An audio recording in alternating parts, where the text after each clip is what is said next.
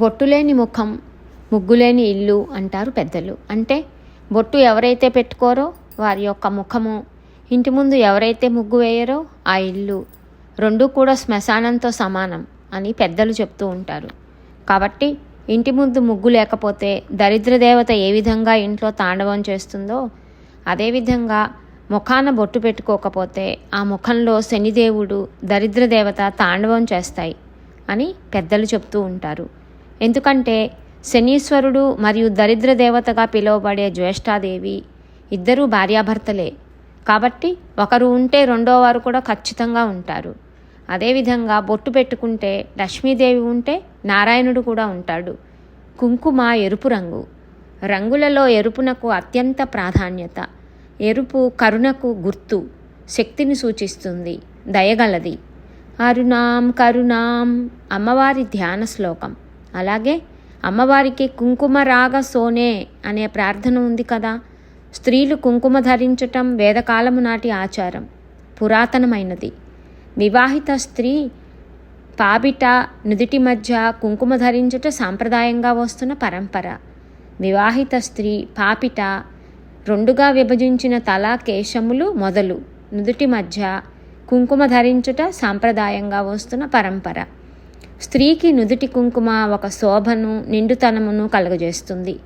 మహిళలకు పెళ్ళయింది అని గుర్తు కోసం పాపిట బొట్టు పెట్టుకోవటం, పక్క పాపిడి కాకుండా మధ్య పాపిడి తీసుకోవటం, పరికిణి కాకుండా చీర కట్టుకొని ముఖాన పెద్దగా ఎర్ర బొట్టు పెట్టుకోవడం, మెడలో నల్లపూసలు మంగళసూత్రాలు వేసుకోవటం, కాలికి మట్టెలు పెట్టుకోవటం చేస్తారు.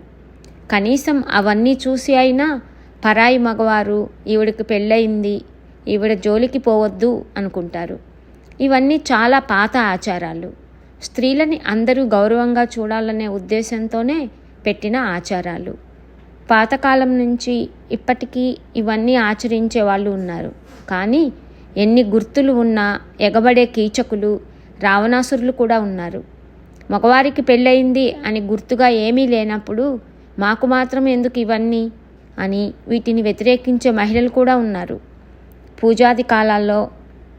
పూజాది కాలాల్లో వివాహ శుభకార్యాలలో ఏ శుభకార్యాలలోనైనా కుంకుమ ధరించటం సాంప్రదాయంగా వస్తుంది. తిలకధారణ జీవితంలో సుఖశాంతులు శుభాలు కలిగిస్తుంది. నుదుట బొట్టు లేకుండా చేసే దానం, స్నానం, హోమం, పుణ్యకార్యాలు తపస్సు అయినా కానీ నిష్ఫలం అవుతాయి. మన దేహంలోని ప్రతి ఒక్క శరీర అవయవానికి ఒక్కొక్క అధిదేవతలు ఉన్నారు. ఇంచుమించుగా చాలామంది భ్రూ మధ్యంలో లేక కాస్త పైన బొట్టు పెట్టుకుంటారు. స్త్రీలు మాత్రమే కాదు, పురుషులు కూడా. ఎందుకు అంటే అక్కడ ఆజ్ఞాచక్రం ఉంటుంది. అక్కడే ధ్యానం చేసేటప్పుడు దృష్టి పెట్టాలని చెప్తారు. అలా చేస్తే మంచి ప్రశాంతత లభిస్తుంది. ఏముంటుంది ఆజ్ఞాచక్రం మీద? నమ్మకం ఏమిటంటే సహస్రాకారంలో మహాకామేశ్వరాంక స్థితి అయిన జగజ్జనని ఉంటుంది. వారి పాదాలు ఆజ్ఞాచక్రంలో ఉంటాయి.